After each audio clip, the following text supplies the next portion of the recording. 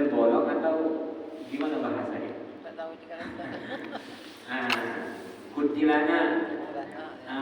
Apa lagi? Wewe gombel. Sebutkan nama-nama setan di Indonesia.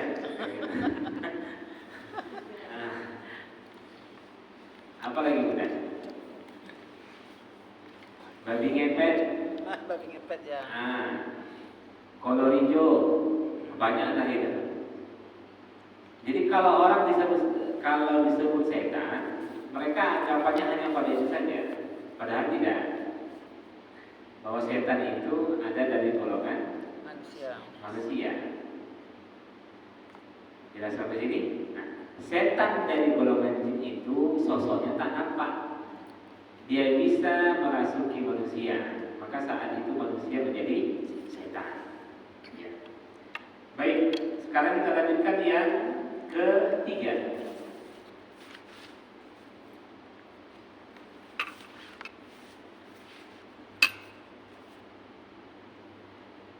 Bisikan negatif datang dari dua sumber,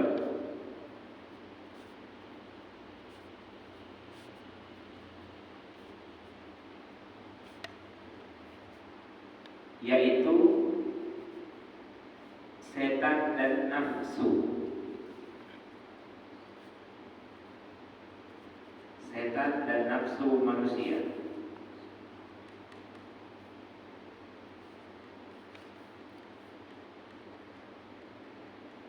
Dorongan nafsu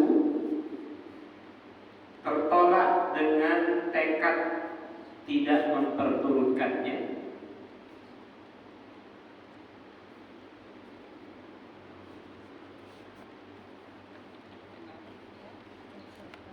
Dorongan nafsu tertolak dengan tekad tidak memperturutkannya. Sedangkan bisikan setan tertolak dengan mengingat Allah.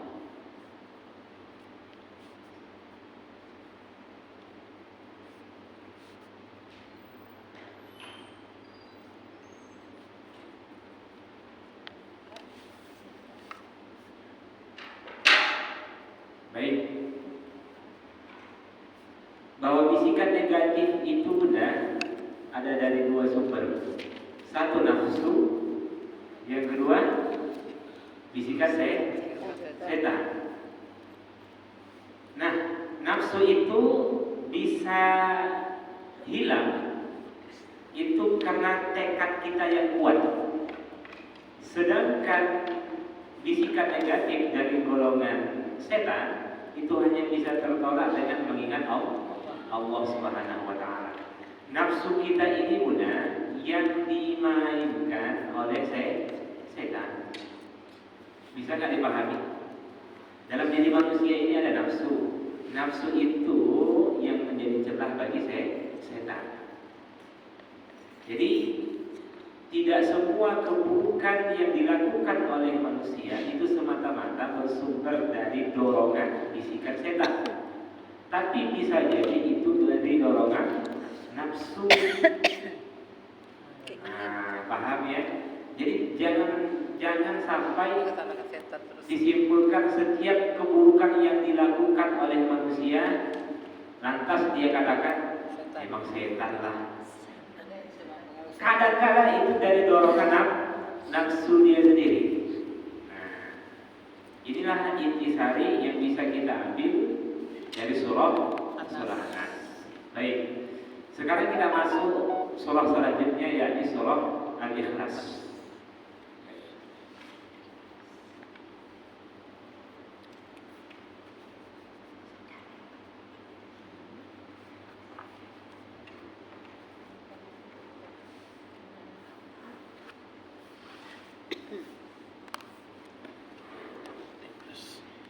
Kita masuk surah Al-Ikhlas.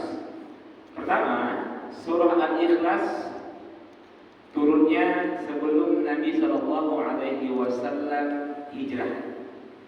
Di Al-Quran disebut surah apa Bunda? Surah Makkiyah atau surah Madaniyah?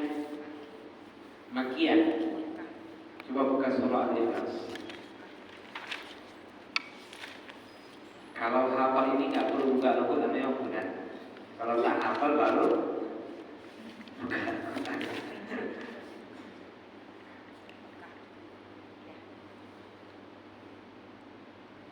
Surah apa di situ? Makiyah. Makiyah. Jadi pertama Al-Ikhlas, ya. Kecil kali spidolnya udah. Baru ya? Baru Ustaz. Yang tukang pegang spidol tidak datang. Orang tiket mau film tidak datang. Baik. Al-Ikhlas surah Makiyah Oh, situ ada spidol. atau surah yang turun sebelum Nabi Shallallahu Alaihi Wasallam hijrah menuju Madinah. Ini yang pertama. Ada nak situ nonton hari. Yang kedua,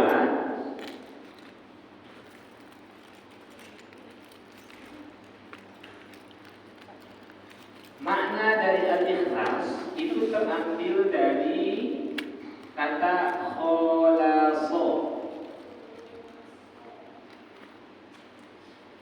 Kholaso maknanya suci atau murni. Suci atau murni. Coba dulu cari. Tidurnya yang kurang jelas. Iya. Ada kunci. Bentar. Ada nama. Kalau seperti abang tua spidol.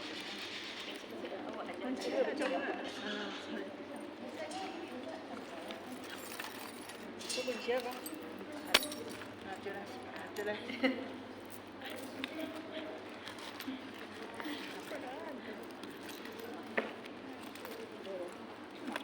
Tadi aku pakai aja. Banyak tak? Banyak. Peluru banyak banget. Peluru banyak banget. Baik. Jadi al-ikhlas terambil dari kata kholaso. Kholaso maknanya suci atau murni. Udah mulai terbalik udah. Oke. Sudah. Nampak ya? Lebih jelas ya?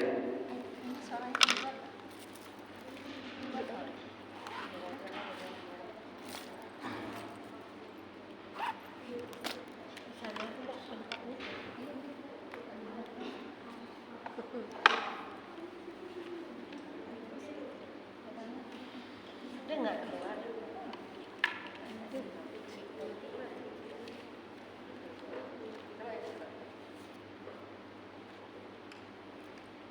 Oke. Itu lain kalau.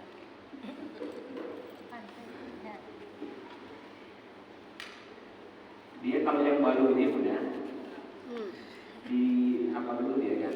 Ditekan dulu. Iya.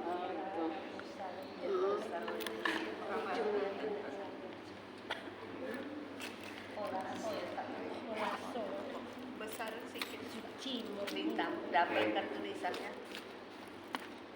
Diulang kembali. Al-ikhlas terambil dari kata kholaso, maknanya suci atau murni. Ya. Dari sisi istilah yang dimaksud dengan ikhlas itu adalah memurnikan ketaatan kepada Allah.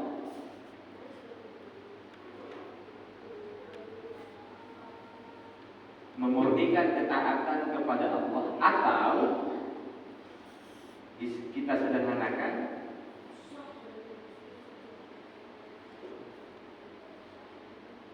melaksanakan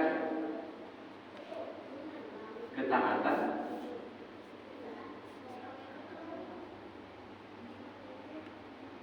tujuannya semata-mata karena Allah.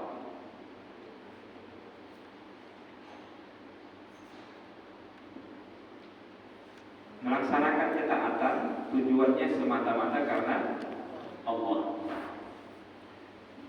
Jadi yang dimaksud dengan ikhlas itu udah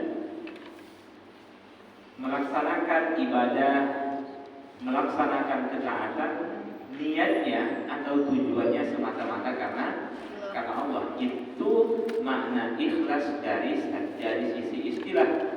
Oke. Lantas kenapa surah ini disebut dengan surah Al-Ikhlas? Padahal tak ada kata ikhlas di dalam surah tersebut. Kira-kira apa jawabannya? Qul a'udzu bi rabbil falaq. Disebut surah Al-Falaq. Qul a'udzu bi rabbin nas. An-nas. Qul ya ayyuhal kafirun. Kafirun. Qul huwallahu ahad. Al-Ikhlas. Alasannya bukan? Ada yang tahu jawabannya? Pertama, yang disebut dengan ikhlas itu, ya kan? Namanya ikhlas, tapi isinya tidak ada. Itulah ikhlas itu. Jadi jangan disebut-sebut kebaikan itu. Itu kalau itu kalau makna kita sebenarnya. Oke. Tapi sesungguhnya yang disebut dengan ikhlas di sini, kenapa surah ini disebut dengan surah Al-Ikhlas? Karena di dalam surah Al-Ikhlas itu murni berbicara tentang sifat Allah.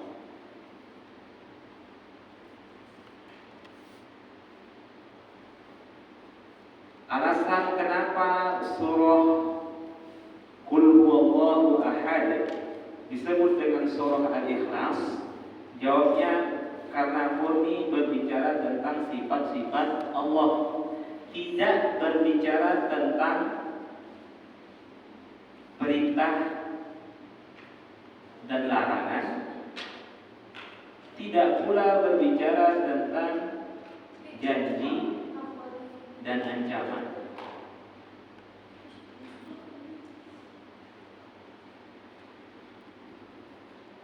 Saya ulang kembali. Murni berbicara tentang sifat-sifat Allah. Dengan kata lain, murni berbicara tentang tauhid.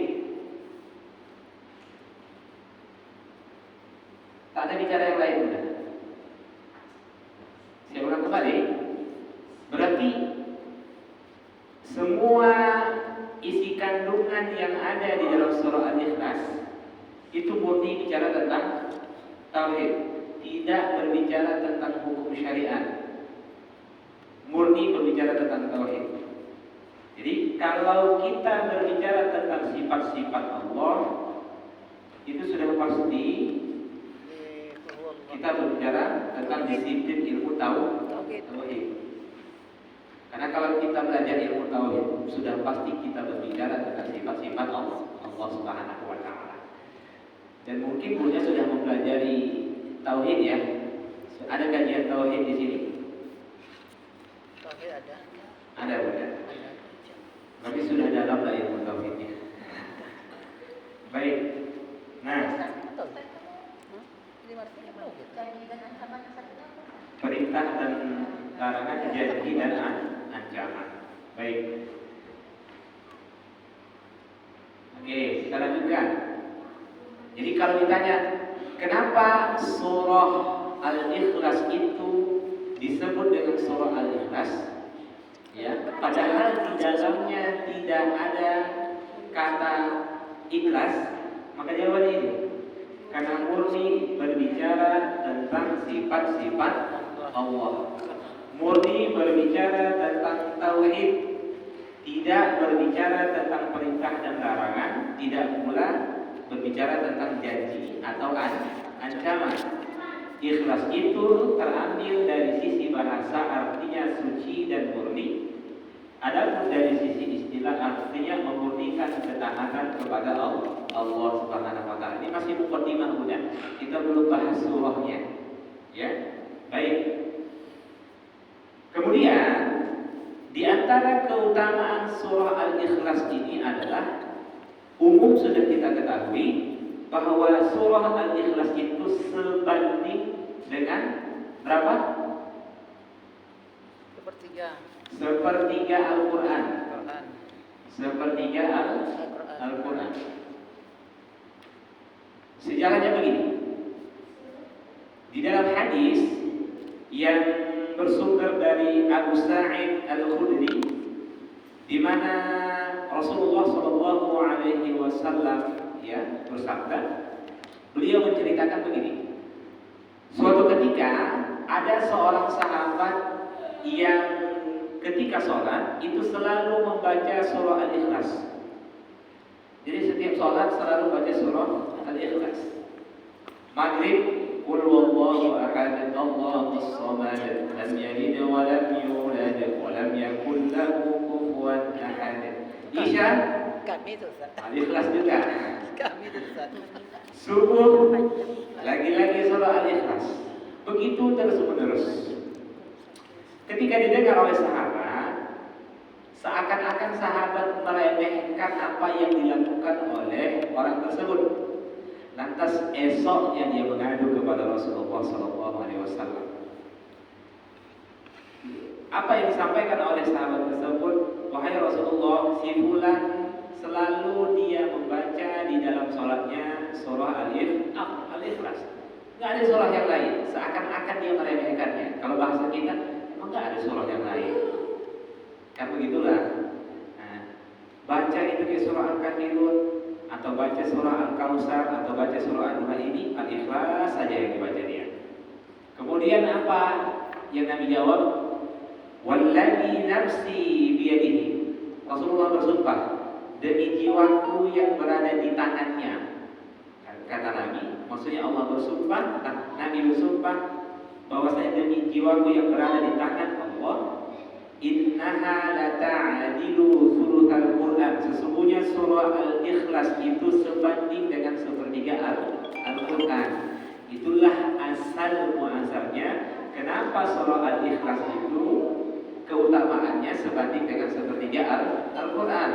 Tapi muncul pertanyaan lagi, yang dimaksud orang yang membaca surah Al-Ikhlas itu sebanding dengan sepertiga Al-Quran apa, Ustaz? Apakah ketika kami membaca surah Al-Ikhlas itu seakan-akan kami membaca 10 juz? Berarti kalau baca surah Al-Ikhlas sebanyak 3 kali 30 juz, kan gitu? Apakah seperti itu maksud dengan sepertiga Al-Quran? Tidak. Mungkin banyak orang di luar sana yang memahami dengan membaca surah Al-Ikhlas, ya kan, sebelum tidur, ya kan, maka seakan-akan dia telah membaca Al-Quran sebanyak 10 juz. Salah. Bukan begini cara memahaminya. Kenapa? Yang benar adalah barang siapa yang membaca surah Al-Ikhlas kemudian dia mengamalkannya, maka seakan-akan dia telah mengamalkan sepertiga Al-Quran. Paham gak mudah? Karena di dalam Al-Quran itu tema besarnya berbicara tentang tauhid, kemudian berbicara juga tentang hukum syariat, kemudian juga berbicara tentang kisah-kisah. Jadi kalau ditanya, Ustaz, apa sih yang disebutkan di dalam Al-Quran itu? Tema-tema apa saja yang disebutkan di dalam Al-Quran? Maka jawabnya ini. 1, bicara tentang tauhid. Yang kedua, berbicara tentang hukum syariat. Yang ketiga, berbicara tentang kisah-kisah. Oke, berarti orang yang mengamalkan surah Al-Ikhlas, dia sudah mengamalkan disiplin ilmu tauhid. Orang yang mengamalkan surah Al-Ikhlas berarti dia telah mengamalkan ini. Yang belum diamalkan apa? Tinggal ini, hukum syariat dan mengambil ibrah dari kisah-kisah orang terdahulu. Sederhananya begini Bunda. Seseorang jika sudah mengamalkan surah Al-Ikhlas, iya kan? Maka dia akan terhindar dari kesyirikan dari sisi i'tiqadi, maksudnya adalah dari sisi keyakinan. Saya ulang kembali. Ketika seseorang mengamalkan surah Al-Ikhlas, dia akan terhindar dari kesyirikan dari sisi keyakinan. Pertanyaannya, Ustaz, syirik itu kan ada dua. Ada syirik i'tiqadi, ada syirik amali. Ada syirik dari sisi keyakinan, ada syirik dari sisi amalan. Paham gak Bunda? Saya berikan contoh begini. Jika ada orang yang meyakini bahwasanya yang mengatur alam semesta ini ada selain Allah, berarti dia syirik dari sisi keyakinan. Oke. Tapi kalau dia meyakini bahwasanya yang mengatur alam semesta ini hanyalah Allah, tapi amalannya mengikuti tata cara orang kafir, berarti dia syirik dari sisi amalan. Ada namanya syirik keyakinan, ada syirik amalan. Yang ini disebut dengan syirik amali, yang ini disebut dengan syirik i'tiqadi. Pernah nggak Bunda ketemu kalau ditanya, percaya nggak sama Allah? Percaya. Yang menghidupkan dan mematikan siapa? Dia jawab Allah. Tapi tata cara ibadahnya, perilakunya 11-12 dengan orang kafir, itu berarti apa? Syirik, Syirik dari sisi amalan. amalan. Contoh, saya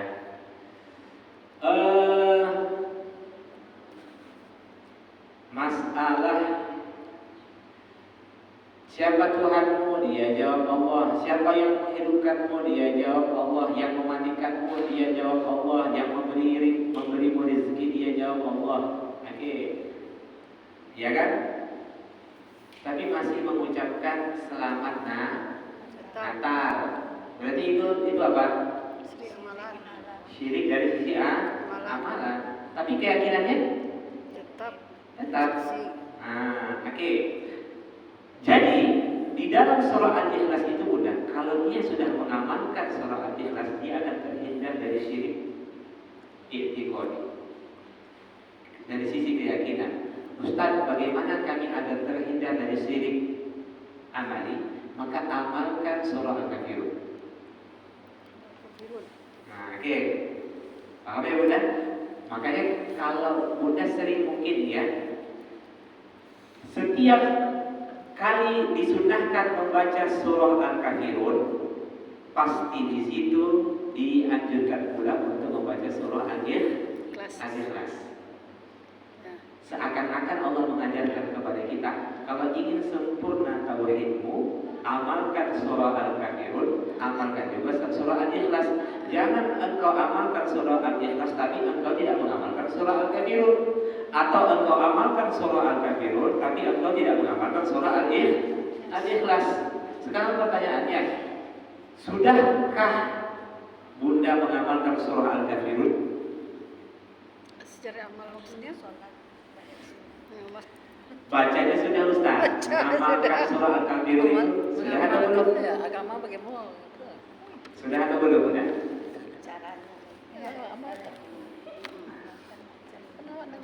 Ayo Bunda, sudahkah mengamalkan surah Al-Kafirun? Sudah. Serius? Iya.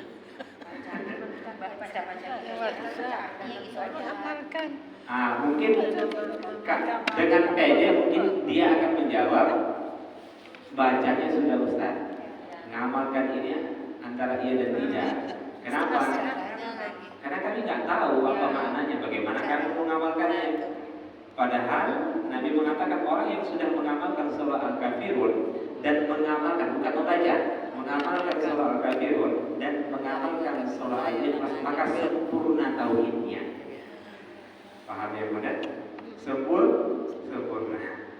Makanya surah Al-Kafirun dan surah Al-Ikhlas itu disebut dengan al-bara'ah minasyirik. Surah yang melepaskan diri kita, iya kan, terhindar dari segala macam kesyirikan. Nah, nanti kita akan paham apakah kita benar-benar sudah mengamalkan surah Al-Ikhlas. Tapi saya tanya di awal dulu Bunda, sudahkah mengamalkan surah Al-Ikhlas? Saya tanya dulu. Sudah. Coba dengan pede jawab. Sudahkah mengamalkan surah Al-Ikhlas? Sudah. Baik. Nanti kita tadabburi apakah sudah atau tidak. Setengah-setengah kali Ustaz. Takkan lagi Ustaz setengah. Mau dibilang Yang mana yang udah tanya belum. mau dibilang sudah, ternyata nanti begitu kita dahulu jauh banyak. Jadi kesimpulannya gini, kalau seseorang ingin terhindar dari kesyirikan dari sisi keyakinan, maka yang mesti dia lakukan amalkan surah Al-Ikhlas. Oke, paham ya udah? Ya. Baik. Kemudian, makanya kapan kita dianjurkan membaca surah Al-Kafirun dan surah Al-Ikhlas? Sudah fajar. 2 rakaat sebelum subuh. Rakaat pertama surah Al-Kafirun, rakaat kedua surah Al-Ikhlas. Kan? Selalu ketika membaca surah Al-Kafirun di rakaat keduanya, nah diperintahkan baca surah Al-Ikhlas. Kapan lagi? 2 rakaat setelah maghrib. Rakaat pertama udah baca surah Al-Kafirun, rakaat kedua surah Al-Ikhlas. Oke. Kapan lagi? 2 rakaat salat sunnah tawaf.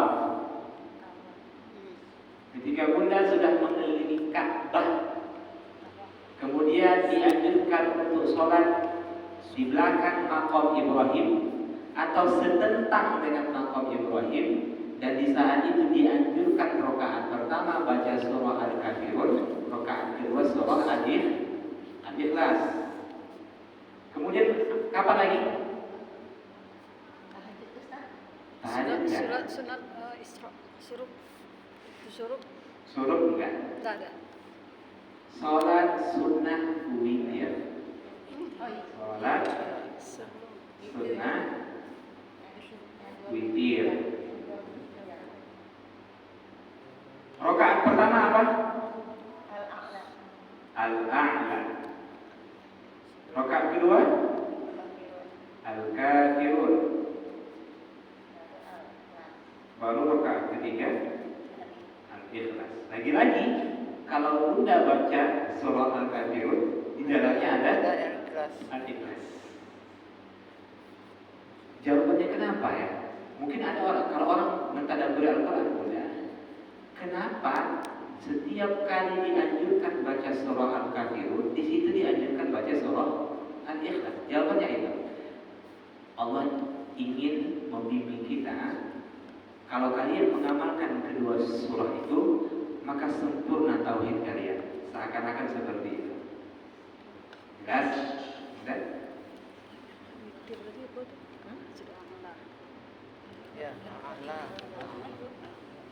Jadi kesimpulannya ada 4 keadaan di mana kita dianjurkan baca surah Al-Kafirun, di situ pula dianjurkan baca surah Al-Ikhlas. Kafirun ikhlas.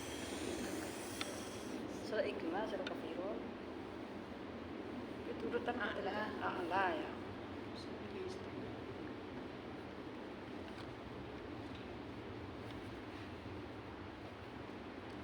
Kafirun, baru Ikhlas. Baik.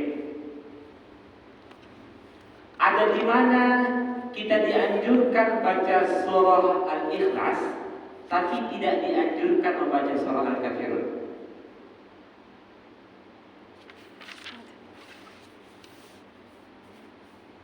Juga dia. Saya bertanya mudah.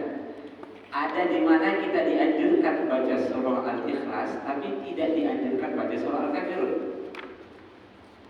Kapan itu? Tahajud enggak Ustaz ya? Belum ada. Sebelum tidur. Zikir sebelum tidur. Kan bunda kalau baca Al-Ikhlas, Iya, iya, Al-Falaq, iya. An-Nas, kan nggak ada. Iya, iya. Nah, zikir sebelum tidur. Zikir sebelum tidur ya. Setelah sholat fardu. Kemudian zikir pagi dan petang. Kapan lagi? Kapan lagi? Saya ulang kembali. Ada di mana kita dianjurkan baca surah Al-Ikhlas, tapi tidak dianjurkan baca surah Al-Kafirun. Satu, setiap sholat fardu, zikir setiap sholat fardu kita akan baca surah Al-Ikhlas. Nggak ada kan kita dianjurkan baca surah Al-Kafirun setiap sholat fardu? Enggak. Nggak, zikirkan surah Al-Kafirun kan ya.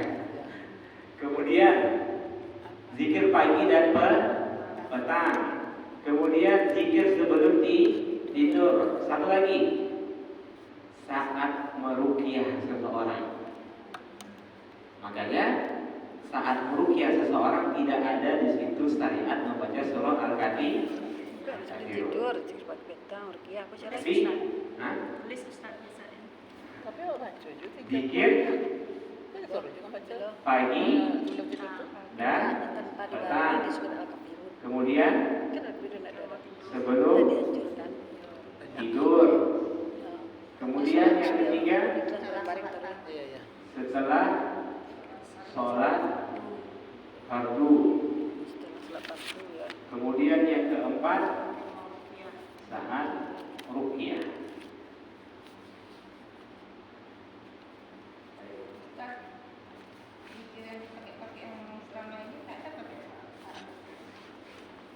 Ada kelas?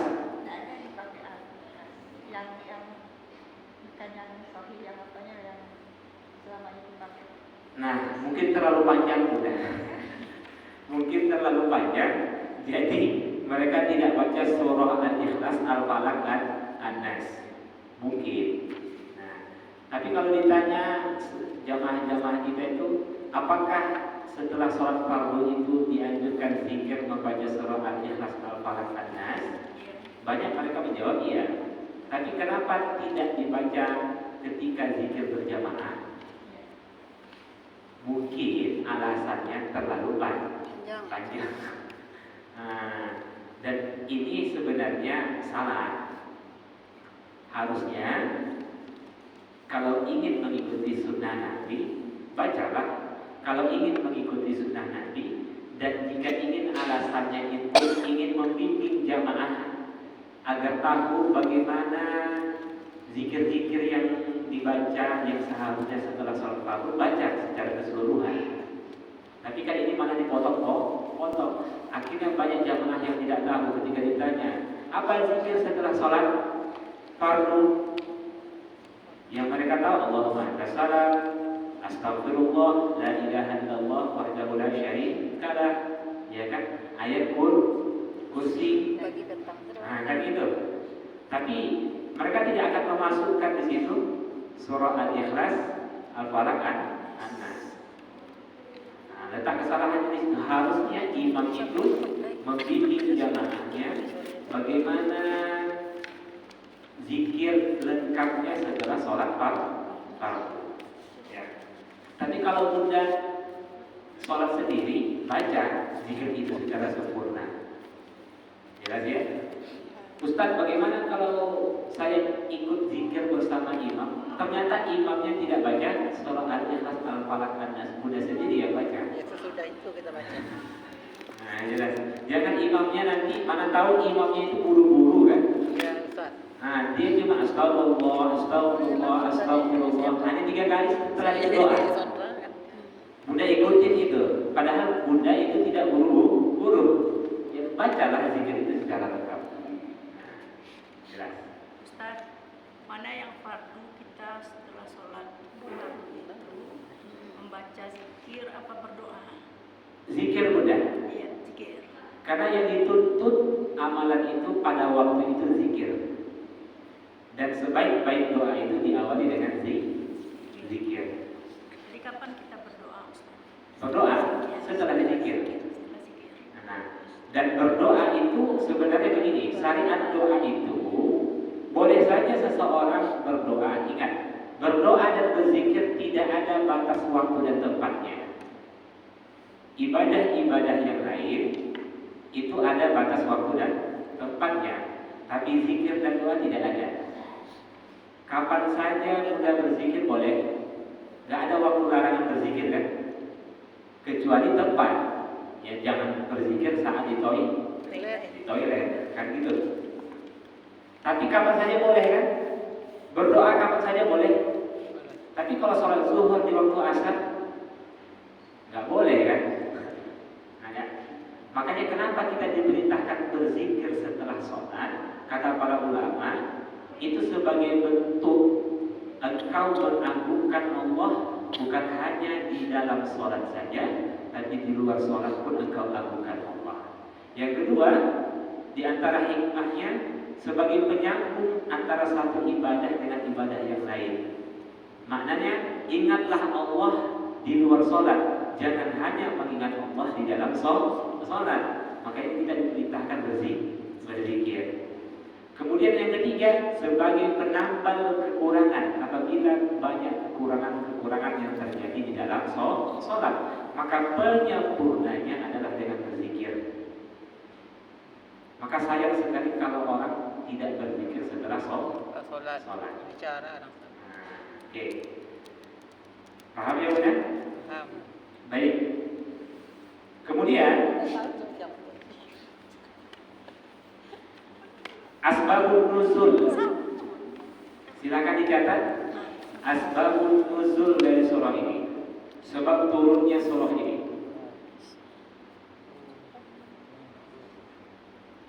Hadis riwayat Imam At-Tirmidzi dari Ubay bin Ka'ab.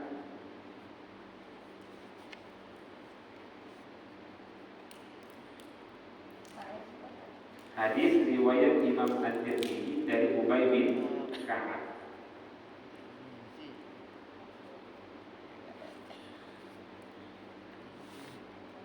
Ubay bin Ka'ab ini sudah salah satu sahabat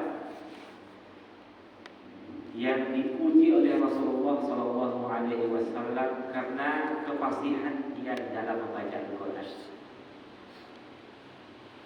Termasuk juga sahabat yang sangat merdu suaranya. Ubay bin Ka'ab. Baik, lanjut ya. Bahwasanya kaum musyrikin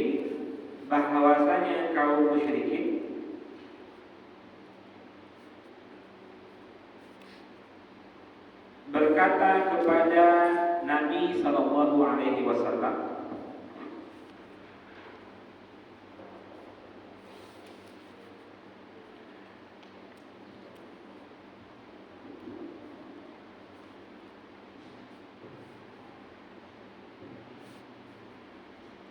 wahai Muhammad,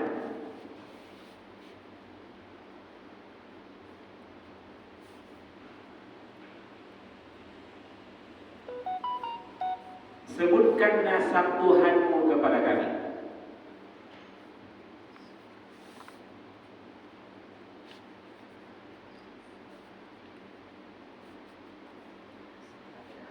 Lantas Allah menurunkan surah ini sebagai bantahan atas keyakinan mereka.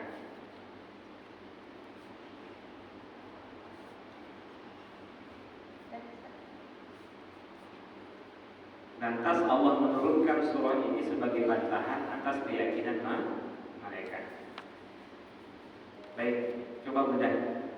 Kenapa turunnya surah ini? Kalau kita lihat asbabun nuzulnya, gara-gara orang musyrikin Makkah itu bertanya kepada Nabi Shallallahu Alaihi Wasallam. Keyakinan mereka selama ini Bunda menganggap Tuhan itu punya nasab. Paham ya? Keyakinan orang musyrikin Makkah selama ini menganggap Tuhan itu punya nasab. Maksudnya, ada nggak ayahnya Allah itu? Ada nggak ibunya Allah itu? Dari mana sih dia dilahirkan? Apakah dia punya anak? Oke, itu keyakinan selama ini yang tertanam di kepalanya orang-orang musyrikin Makkah. Muhammad, kamu selalu menyebut Allah, Allah. Kamu katakan Tuhan kamu itu Allah. Kami ingin tahu lah, nasab Tuhan itu dari mana? Seakan-akan seperti itu. Dari Bangladesh kah, dari India kah? Ya kan? Siapakah ayahnya? Siapakah ibunya? Itulah keyakinan orang-orang musyrikin Makkah. Ketika mereka ingin tahu nasabnya Allah, maka turunlah surah ini untuk membantah keyakinan tersebut. Maka di situlah nanti muncul. Kul, katakan Muhammad, huwallahu ahad. Dialah Allah yang Maha Esa. Dari situ kita akan paham kenapa tiba-tiba Allah mengatakan kul huwallahu ahad. Berarti ada selama ini yang mengklaim bahwasanya Allah itu punya sekutu. Kan nggak mungkin tiba-tiba Allah mengatakan kul huwallahu ahad, tak ada orang yang mengklaim. Iya. Karena ada orang yang menuduh, maka turunlah surah ini. Nah, jelas ya? Baik, kita mulai dari ayat pertama.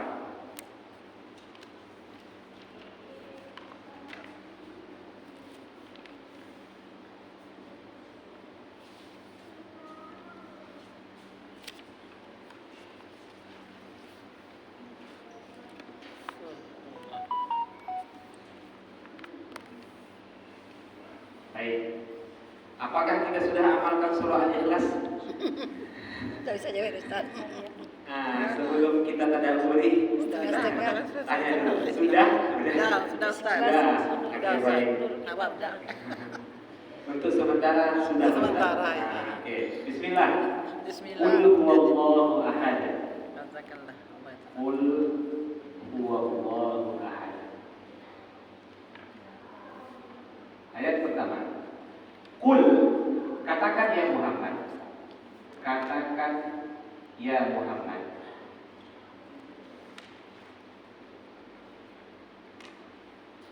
Saya tidak panjang-panjang dari sisi bahasa Arab ya Bunda.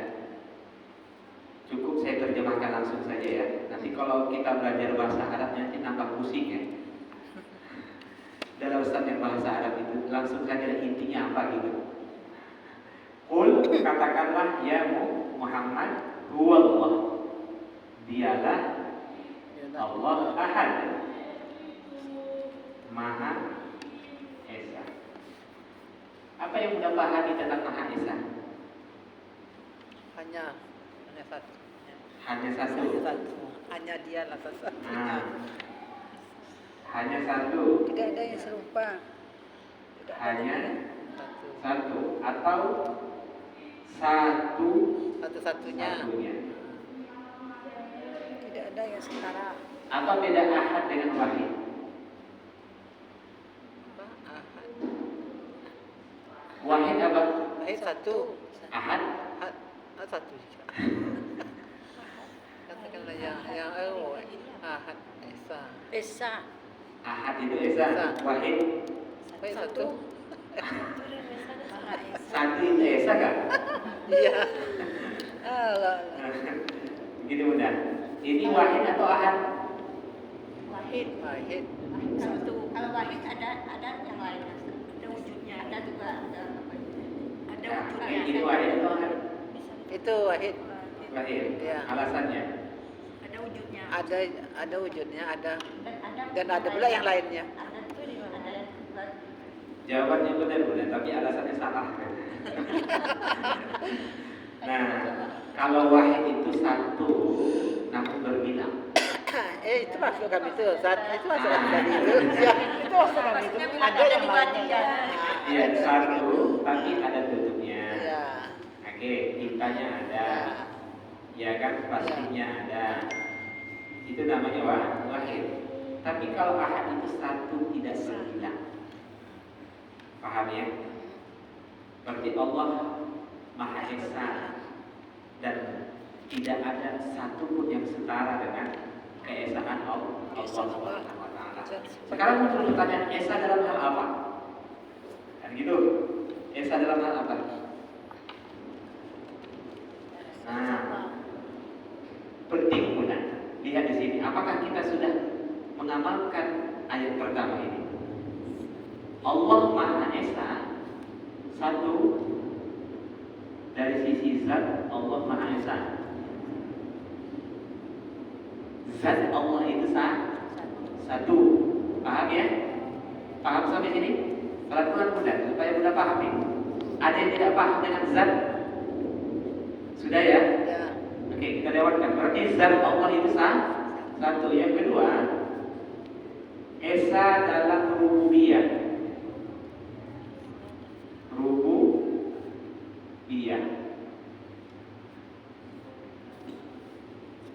Maksudnya apa? Esa dalam penciptaan,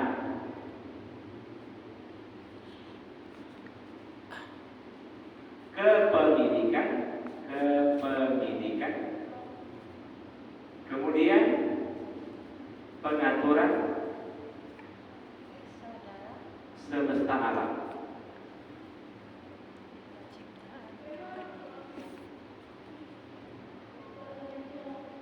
Pertama, Esa dalam zat. Yang kedua, Esa dalam rububiyah. Maksudnya gini, satu-satunya yang menciptakan alam semesta ini beserta seluruh isinya hanyalah Allah. Apakah kita sudah meyakini itu?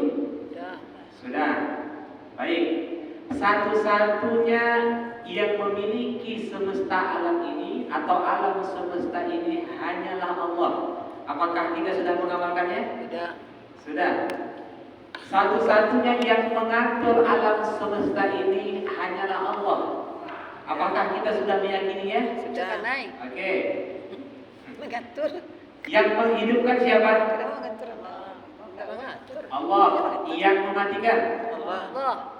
Yang meninggikan derajat seseorang? Allah. Yang merendahkan derajat seseorang? Allah. Yang menimpakan musibah? Allah. Yang mengangkat musibah? Allah. Yang memberikan rezeki? Allah. Yang menahan rezeki? Allah. Yang menyembuhkan penyakit? Allah. Yang berikan. Oke, yang memberikan kebahagiaan? Allah. Serius, yang memberikan kebahagiaan Allah? Iya. Iya. Iya. Tapi kok ada orang yang menyandarkan kebahagiaannya kepada makhluk? Itu karena Esa. Itu yang bilang, nanti dia bilangnya gitu. Nanti dia. Oke.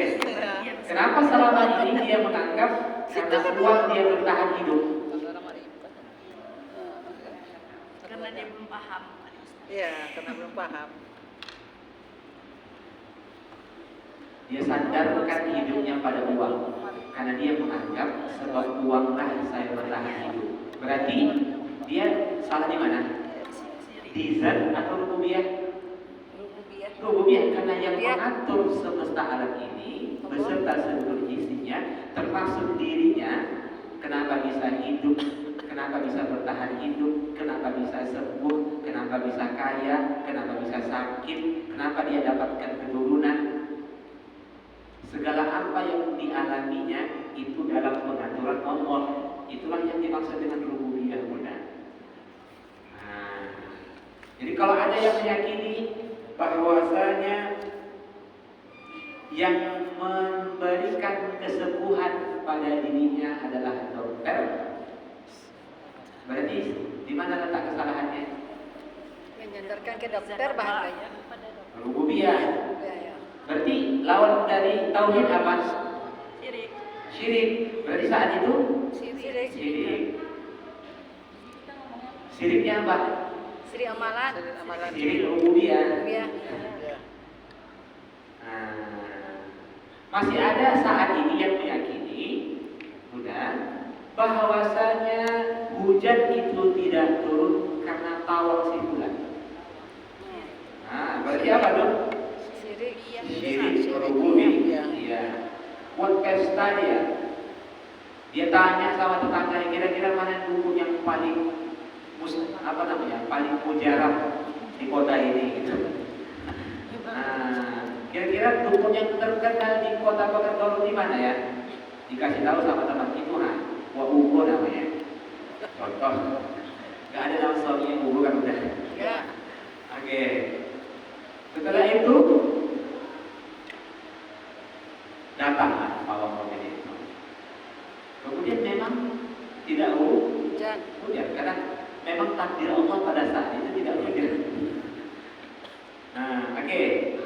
Ada keyakinan bahwasanya yang mampu menurunkan hujan dan menahan hujan itu adalah Allah. Maka saat itu dia masuk dalam syirik bumi, Ya. dia sudah tidak mengesahkan Allah lagi dalam sifat rububiyah.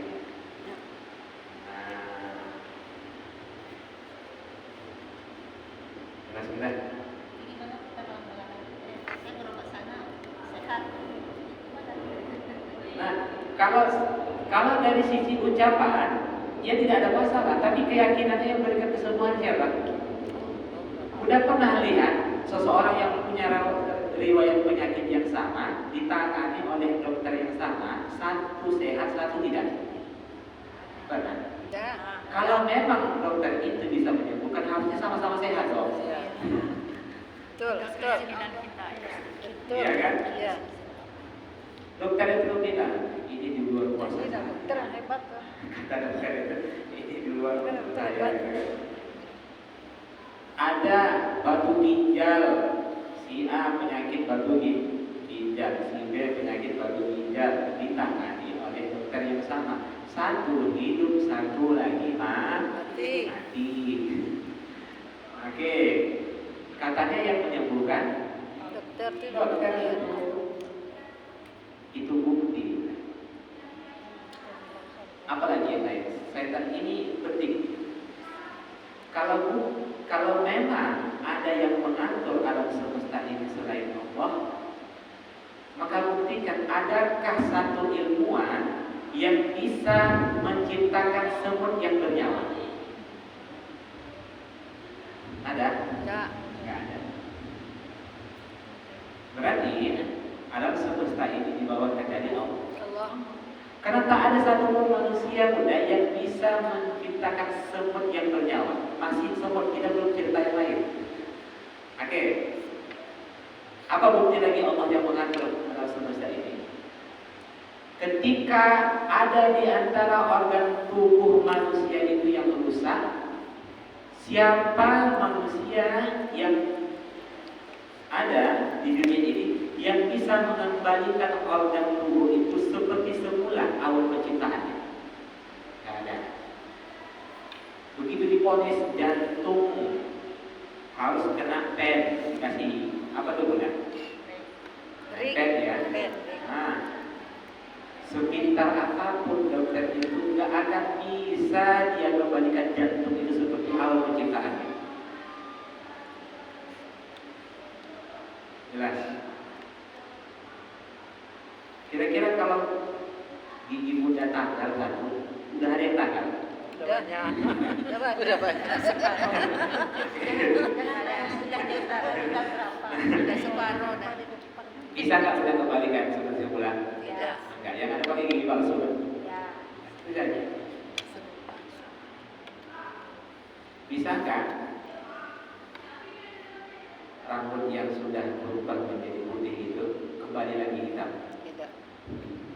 tanpa media apapun? Ya, tanpa Tanpa media apapun? Enggak kan? Sudah berubah. Oh, langsung putih. Akhirnya. Betul cara itu. Baik, benar. Tidak baca orang Amerika. Oke, baik. Iya. Jadi emas. Nampak saja nih muda, tampilannya muda nih. Kalau dibuka, udah banyak ubatnya nih. Ada jemaah ke Ustaz, nampak saja kan ini muda Ustaz, karena pakai menutup aurat. Kalau dibuka, udah ubat semua di sana. Dapat siapa? Enggak. Untuk apa dapat? Ustaz, Subhanallah, benar. Ustaz, jadi gini Ustaz, contohnya kita kan belajar nih Ustaz. Nah, Kan ada yang paham betul, ada yang setengah, ada yang nggak paham-paham. Ya. Itu kan bukan karena bodohnya, jadi kan karena Allah juga Ustaz ya. Maksudnya? Contohnya kita kan belajar nih Ustaz. Ya. Nah, ada mungkin sebagian ibu udah paham apa yang Ustaz sampaikan, ada sebagian yang setengah, ada sebagian yang nggak paham sama sekali gitu. Oke. Pertanyaannya, apakah semua ini karena bodohnya, karena pintarnya, atau karena Allah gitu? Baik. Jadi semuanya pertama bahwa semua kebaikan itu datang dari Allah. Allah. Semua yang datang dari Allah itu kan kebaikan. Ya. Nah, ketika ada kondisi seperti itu, ada yang paham, ada yang tidak paham.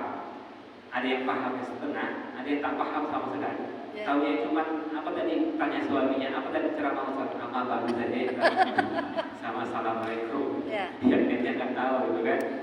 Nah, pertama jangan langsung disimpulkan itu adalah Karena pintar bodoh. kehendak Allah. Yang mesti dia pahami dulu apakah dia sudah Iya. apakah dia sudah ikhtiar dan ijtihad, maksudnya bersungguh-sungguh di dalam berusaha.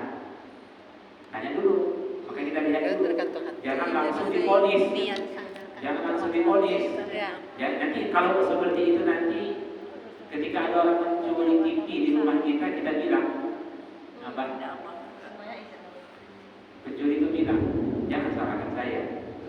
Itu Ini dibuka. semua sudah dalam kehendak Allah. Allah. Kasih jalan. Nah, itu salah tuh udah. Keinginannya, ya kan? Yang dikehendaki atau diizinkan oleh Allah. Ustaz, terus malaikat itu apa? Malaikat itu hanya menerima tugas saja. Paham nggak benar? Yang menurunkan hujan kan ada malaikatnya. Yang mematikan ada malaikatnya. Tapi kan Allah Maha Esa dalam rububiyah. Iya. Terus malaikat itu hanya menerima tugas saja. Kalau Allah katakan jangan cabut nyawa hiburan, nggak akan mencabut. Malaikat tidak akan bisa mencabut nyawa seseorang kalau Allah tidak izinkan. Sekelas malaikat saja tidak bisa merubah ketetapan Allah, apalagi kita akan begitu. Tapi ingat, jangan semua yang kita lakukan ini itu seakan-akan Allah yang memaksa kita. Paham nggak? Ada orang yang memahami begini, Allah paksa saya berbuat maksiat. Itu salah. Engkau yang berbuat maksiat itu pilihanmu dan Allah kehendaki. Niat burukmu itu kalau tidak Allah izinkan, maka niat burukmu itu tidak akan terrealisasikan. Kan itu saja. Sama halnya, saya ingin ngaji. Itu keinginan saya mudah. Allah tidak izinkan. Berarti dia tidak akan terrealisasikan. Kan itu. Tapi manakala Bunda sudah berusaha dengan sungguh-sungguh, datang kemari, belajar dengan serius, mendengarkan secara seksama, tidak berpaling sedikit pun, dari awal sampai akhir Bunda ikuti, Bunda berusaha untuk mengikuti kajian itu semaksimal Bunda. Tapi juga Bunda tidak paham, maka yakini itu adalah kehendak Allah. Tapi sebelum Bunda berusaha, jangan langsung Bunda katakan, ini sudah kehendak Allah. Dilihat usahanya, belum maksimal. Ya, jadi gini Ustaz, ada yang ngomong Ustaz, kenapa nggak belajar? Saya bilang kan, ya saya nggak paham apa yang Ustaz sampaikan tuh. Jadi saya lihat ini apakah niat dari dalamnya atau memang dia bodoh enggak gitu kan? Nah, maka muncul pertanyaan kayak gitu. Jadi berarti kemauan Ustaz ya. Ada beberapa alasan. Ya. Bisa saja selama ini dia terbiasa belajar yang ringan-ringan. Gitu. Sehingga ketika dia masuk pada tahap ngaji dengan serius, dia belum terbiasa seperti itu. Bisa saja.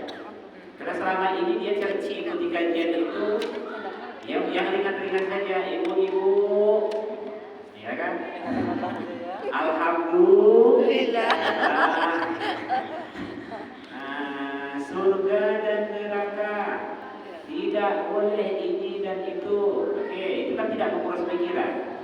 Tapi ketika dia mulai memahami Al-Quran, maka saat itu dia harus Otaknya belajar. menggunakan akal pikirannya gitu kan. Woi, masuk karena selama ini terbiasa ngaji yang ringan. Tapi kalau dia sudah membiasakan ini, maka dia akan bisa memfilter. Belajar sama ustaz nggak enak lah, nggak ada ilmunya, nggak ada isinya. Selama ini dia menganggap belajar sama ustaz itu yang paling banyak ilmunya. Setelah dia belajar kepada ustaz yang lain, bisa dia komparasikan, ya Allah, karena selama ini saya belajar sama ustaz itu cuma gitu-gitu aja. 10 tahun saya belajar, nggak ada yang dapat saya.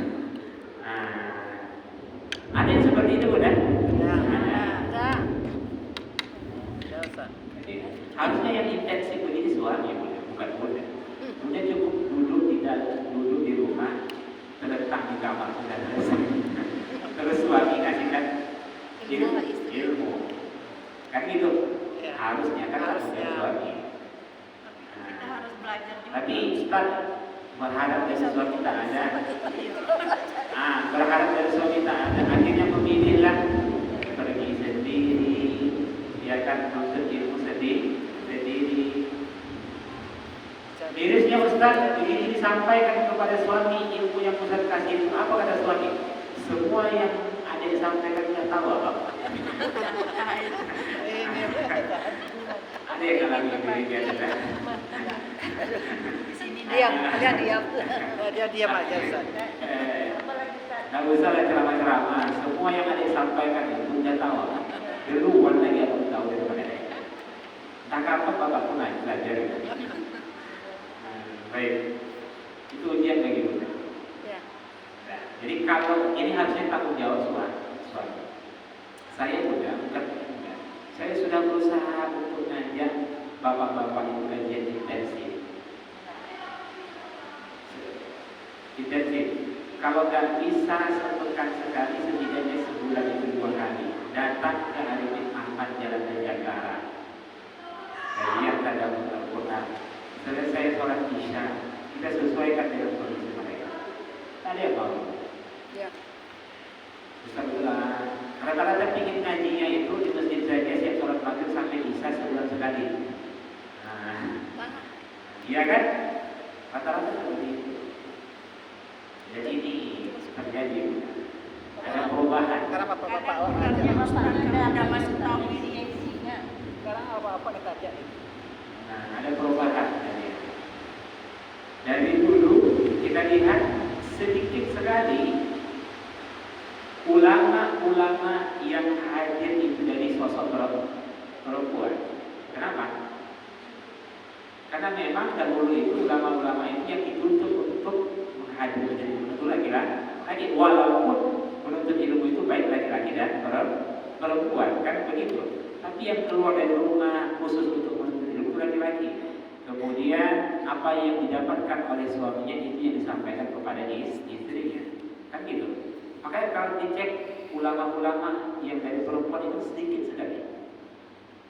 Sekarang lebih banyak ulama perempuan, lebih banyak bukan ustazah itu pada sekarang. Lebih banyak kajian ibu-ibu sekarang, Ustaz. Iya, kajian ibu-ibu. Iya, bapak-bapak. Iya kan? Iya, di sekitar masjid lah gitu kan. Kadang kalau udah masuk tahun ini kan agak berat kira-kira nanti ada kesirikan, ada ininya, ada lainnya mungkin kali ya. Seakan-akan suami itu menganggap bahwasanya tanggung jawab mereka itu adalah nafkah. Padahal tanggung jawab laki-laki itu apa? Menuntut istri kepada jalan yang benar.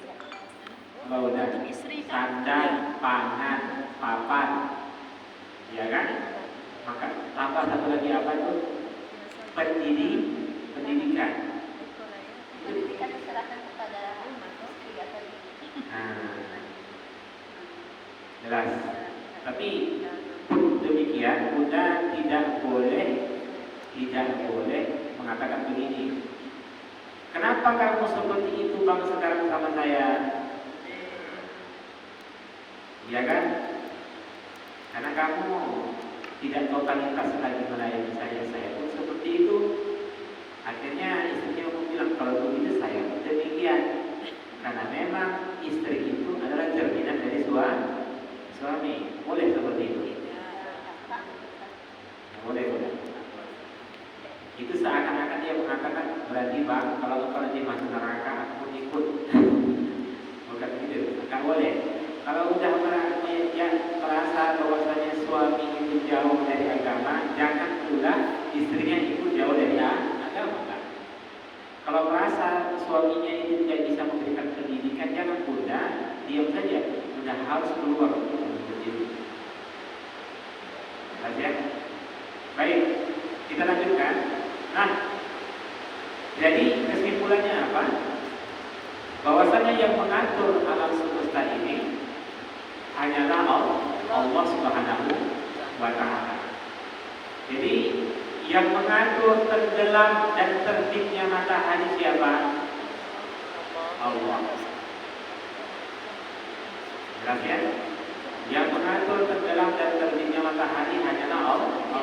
Berarti semua apa saja yang ada di alam semesta ini dalam pengaturan Allah.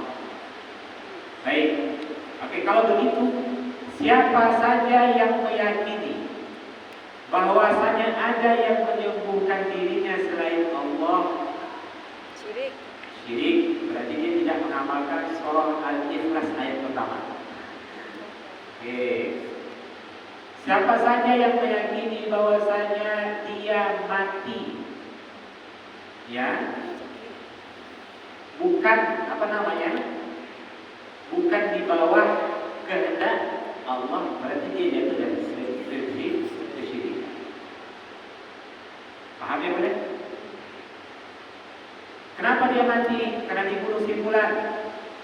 Itu wasilahnya. Itu wasilah. Tapi yang memberikan, yang mentakdirkan seseorang itu apa adalah Allah. Jangan sampai kita meyakini bahwasanya karena simulanlah dia mati. Baik, kalau begitu juga termasuklah siapa saja yang mengikuti aturan di luar aturan Allah, berarti dia yang berhak untuk mengatur bagaimana cara berkehidupan di dunia ini siapa? Allah. Allah yang menciptakan alam semesta ini mudah. Allah yang menciptakan bumi ini. Dia pula yang berhak untuk mengatur bagaimana cara hidup yang benar di bumi ini. Ada banyak manusia yang pola kehidupannya di luar aturan Allah. Berarti dia Syirik. Iya. Oh, kalau begitu Ustaz, banyak orang yang terjerumus ke dalam kesyirikan. Maka jawabnya iya.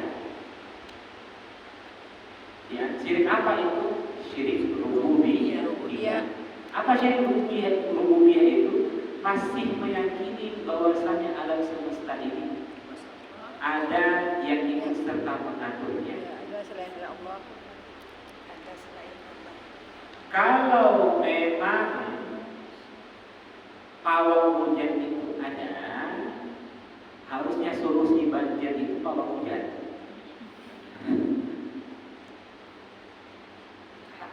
Kalau memang benar pawang hujan itu ada benar, solusi banjir di Pekanbaru ini, hujan panggil tuh Pak Gubernur, cari dulu pawang hujan yang terkenal di Indonesia ini supaya apa Pekanbaru ini tidak menjadi kota berbuah. Gitu. Nah, cukup kalau hujan rintik-rintik saja sebatas membasahi bumi, jangan usah lebat-lebat sekali lah. Ternyata bisa. Ya. Solusi kebakaran hutan di Los Angeles. Bagusnya apa? Awak bu? Awak? Ya kan? Harusnya itu kan benar. Jadi itu tidak ada. Harusnya solusi kebakaran itu, kalau hujan, nggak usah pada jauh-jauh panggil pemadam kebakaran, ya kan? Datang, ya kan? Ya, datangnya Cukup panggil kalau hujan dulu, selesai. Nggak ada, Saya mau beres bakar. nggak ada solusi. Oke, kalau memang benar ada yang bisa membunuh manusia selain Allah, paham ya bunda? Ada orang yang percaya nih kepada dukun, paham ya? Kalau begitu kita meminta kepada dukun itu, yang pertama kali dia bunuh adalah Presiden Israel. Ya kan? Ngapain harus pakai perang kuda? Iya kan? Ngapain harus pakai perang orang? Salah. Dari sini saja kan bisa. Tapi masih banyak orang yang percaya sama itu. Berarti kalau ada orang yang menyembah pohon, berarti syirik rububiyah. Iya. Gini bukan? Bunda harus paham. Ada namanya tauhid rububiyah. Tauhid rububiyah. Tauhid rububiyah itu meyakini bahwa alam semesta ini yang menciptakan, yang memiliki, yang mengatur hanyalah Allah. Berarti lawannya syirik. Syirik apa? Syirik rububiyah. Iya. Bila ada orang yang meyakini bahwasanya dia mati karena manusia, dia bahagia karena manusia, oke, dia bertahan hidup karena manusia, turunnya hujan karena manusia, Bahagia karena uang. oke, berarti dia masuk syirik rububiyah. Ada seorang istri ditinggal mati oleh suaminya. Dia ngomong, bagaimana masa depan kita? Siapa abang yang membiayai anak kita? Ya kan? Orang tak ada bulan kau tinggalkan, warisan tak ada, pensiunan tak ada. Nah, ya kan? Bagaimana masa depan kita nanti? Nah, berarti masuk mana? Iya, itu ya. Berarti dia sudah meyakini bahwa selama ini dia bertahan hidup karena suaminya. Sama lah dengan orang PHK tuh Ustaz. Nggak kerja lagi, apa mau makan? Nggak ada kerja, sama dengan itu tuh. Iya, itu syirik rububiyah. Iya. Kalau sudah tak sampai pada tahap ya, Iya. yakin. Memiliki dia antara itu mana jalan. Kenapa PNS? Kenapa PNS ini yang menjamin hidup? Masa tua, pensiunan ada. Saya berapa kali menyaksikan PNS itu udah yang jatuh melarat hidupnya daripada yang tidak PNS. Dia berusaha supaya hidup di masa tua itu tidak melarat. Targetnya itu mati sebelum pensiun. Ya, kan Rasulullah menggambarkan itu. Rasulullah tarik garis lurus seperti ini kan. Kemudian ini kematian. Inilah anak-anak manusia. Paham tak? Jadi setiap dia melalui kehidupan itu sebenarnya dia sedang menuju ke mana? Kematian. Yang tinggal apa? Anak-anak kan. Jadi pernah tak mudah menyaksikan orang? Saya pernah melihat apartemen yang tak selesai. Begitu saya tanya kenapa apartemen sudah mati begini. Nah, terus kenapa gak diteruskan oleh anak-anaknya? Sengketa berebut harta warisan. Lebih panjang umur apartemennya daripada dia. Betapa banyak hari ini kita temukan manusia yang sibuk membangun rumah, padahal dia sudah punya rumah. Begitu dia sudah membangun rumah, dia sibuk bagaimana mengisi rumah itu. Akhirnya apa? Dia utang. supaya dia mengisi rumah itu dengan interior yang bagus. Oke, setelah dia isi rumah itu dengan interior yang bagus, habis waktunya di situ, kemudian dia mulai sibuk bagaimana agar dia membayar hutangnya tersebut. Hari-harinya seperti itu terus. Nah, oke, yang pasti di dalam mati itu kematian. Oke, setelah itu mati.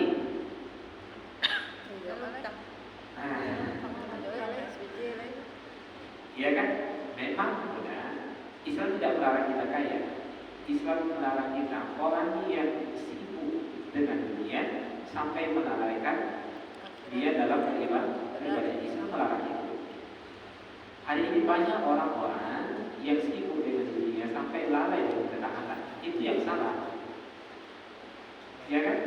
Sibuk bangun ini, sibuk supaya punya aset sampai tanah sini untuk masa tua.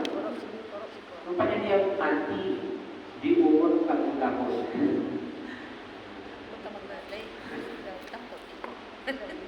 Oke. Nah, betapa banyak pula kita temukan orang-orang yang mengorbankan kesehatannya demi uang. Ya? Ya udah. Setelah dia sakit, kata dokter, Pak, Bapak itu harus operasi, biayanya 3M. Dia jual semua hartanya supaya dia sehat. Dulu saat dia sehat, dia korbankan sehat itu jadi uang. Begitu dia sakit, dia korbankan semua uangnya supaya dia sehat. Kan bodoh tuh.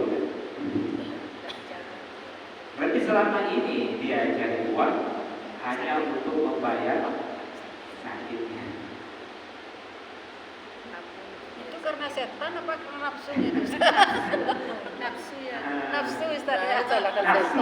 setan. Salahkan setan. Setan. Ya. Setan.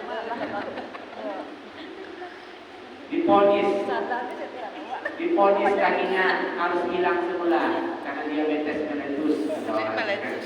Nah, bisa pasang kaki palsu lagi dengan biaya sekian. Harta yang selama ini dia cari itu terkumpullah sawit sebanyak 5 hektar.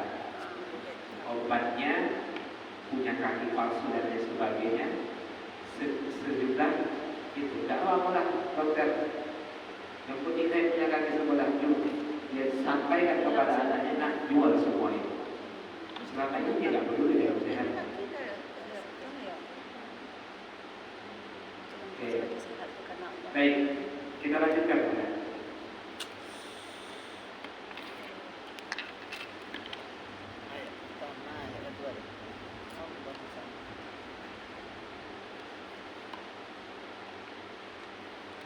Qul huwallahu ahad.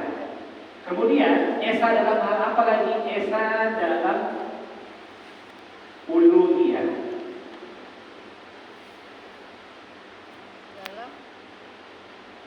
Yang pertama esa dalam zat, yang kedua esa dalam rububiyah, yang ketiga esa dalam uluhiyah.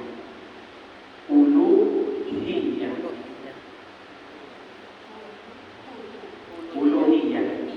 Uluhiyah itu benar maksudnya adalah yang berhak diibadahi hanyalah Allah.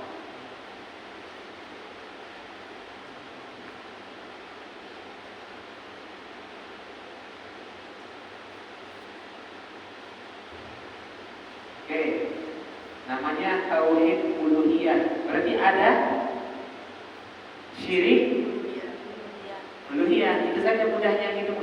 Kalau ada tauhid uluhiyah, berarti ada syirik uluhiyah. Sebutkan syirik uluhiyah. Contoh syirik uluhiyah. Percaya selain kepada Allah, tidak percaya selain kepada Allah,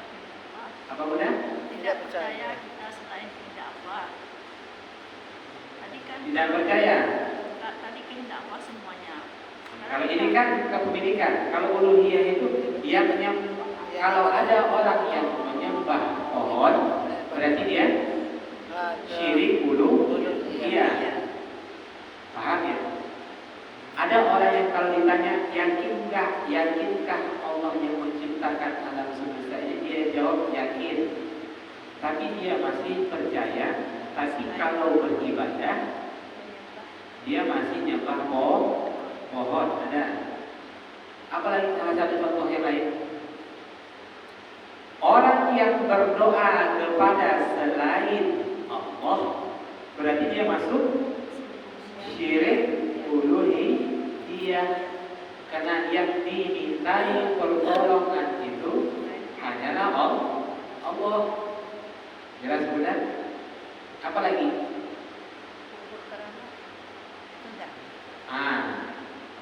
Ini yang sering terjerumus manusia. Barang siapa yang melakukan ketaatan, barang siapa yang beribadah, tapi niat ibadahnya itu bukan karena Allah, tapi karena manusia, maka dia masuk syirik uluhiyah. Karena ibadah itu mesti niatnya hanya ditujukan kepada Allah. Ini Ustaz, ria itu termasuk Syirik. Maka ria itu kan kata Nabi syirik khafi, syirik yang tersembunyi. Dia syirik tapi tersembunyi. Orang yang sholat hanya ingin dilihat, dipuji, mendapatkan penghormatan dari makhluk, berarti dia syirik. Ya.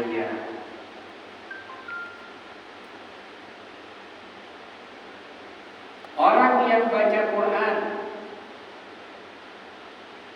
sampai keluar lehernya udah, tapi hanya ingin mendapatkan pujian dari makhluk, berarti dia syirik uluhiyah. Karena sudah melenceng niatnya. Harusnya tilawahnya itu dia tujukan kepada Allah, tapi malah dia tujukan kepada manusia. Seseorang yang beribadah niatnya bukan semata-mata karena Allah, tapi karena makhluk, bukan ingin mendapatkan pahala dari Allah, hanya ingin mendapatkan kebaikan dari manusia, berarti orang tersebut terjerumus dalam kesyirikan uluhiyah. Banyak orang yang membaca surah ini sudah, tapi sesungguhnya dia amalannya jauh dari surah ini. Ini baru ayat pertama.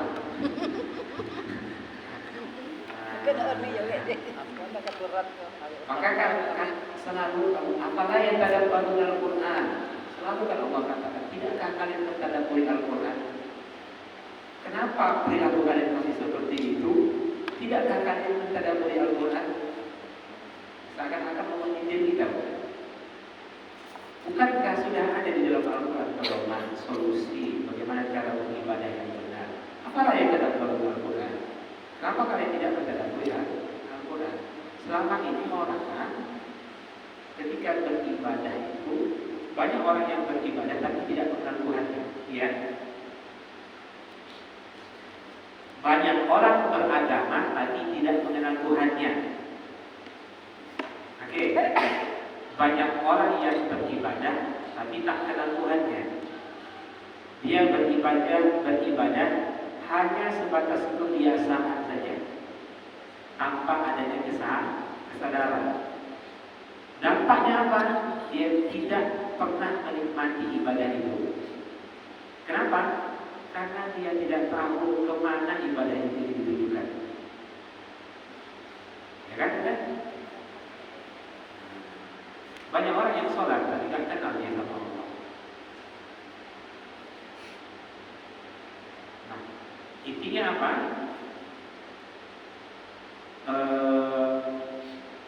Amalkan ayat pertama ini.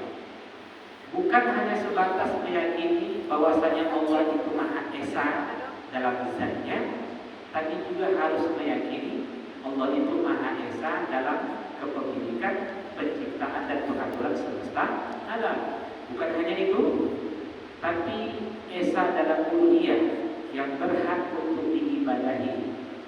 Oke? Oke, doa kita hanya ditujukan kepada Allah. Niat ibadah kita hanya kita tujukan kepada Allah. Itulah yang bisa kita ambil dari surah Al-Ikhlas ayat pertama. Masih udah? Alhamdulillah. Ada yang kurang satu lagi. Besok tolong ingatkan Esa dalam asma wa sifat. Mungkin sudah pernah mendengarnya ya. Esa dalam asma wa sifat. Nanti kalau kita bahas kan cukup waktunya. Sudah jam 3.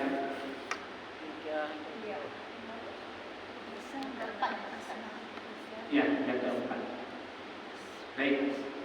Alhamdulillah. Jadi setelah kita pelajari ayat pertama ini gimana? Banyak kan Aisyah. Karena istirahat Ustaz. Alhamdulillah dari sisi zat udah Ustaz. Sejak dulu saya memang meyakini bahwasanya Allah itu satu-satunya. Dari segi amalan, dari segi perbuatan, dari gelincir ya. Yang kena kami itu Ustaz tauhid rububiyah dan uluhiyah. Ya. Biasanya umumnya mana paling banyak manusia masuk dalam syirik uluhiyah atau syirik rububiyah? Kira-kira yang paling banyak. Rububiyah. Rububiyah. Sama.